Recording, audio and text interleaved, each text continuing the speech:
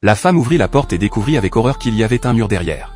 De plus, même les fenêtres étaient bloquées par le mur. Malgré tous leurs coups, le mur restait immobile. Pire encore, le signal du téléphone portable et le Wi-Fi avaient disparu. Jacques réalisa alors qu'une fois le téléphone proche du mur, l'écran serait perturbé. Cela rendit sa petite amie insupportable. Sans un mot, il sortit la perceuse électrique de la maison et se prépara à détruire le mur noir. Cependant, après quelques manipulations, le forêt prit feu et le mur resta immobile.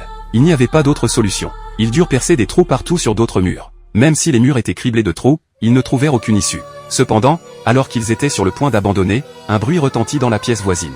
Cela leur redonna espoir de survie. Ils prirent la perceuse électrique et forèrent vers la maison du voisin. Au bout d'un moment, un trou étroit fut percé. Ce n'est qu'en voyant le voisin paniqué qu'ils apprirent qu'il était lui aussi coincé chez lui, coincé par le mur noir.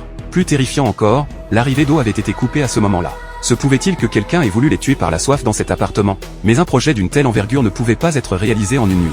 Jacques était tellement furieux qu'il jeta son téléphone contre le mur noir. Soudain, après s'être calmé un instant, il découvrit une tache blanche sur le mur noir. Il s'approcha et vit qu'il s'agissait d'un morceau de téléphone portable.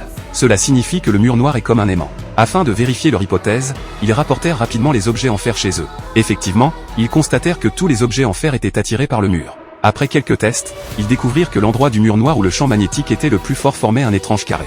Cependant, avant qu'ils puissent comprendre ce qui se passait, tous les objets en fer tremblèrent inexplicablement. La seconde suivante, ils rebondirent instantanément. Heureusement, Jacques réagit rapidement, sauvant ainsi sa petite amie. Mais son dos était criblé de petits trous. Une fois toutes les blessures soignées, ils s'assirent pour discuter de la façon de s'échapper. Soudain, une dispute éclata chez le voisin d'un accent grave côté.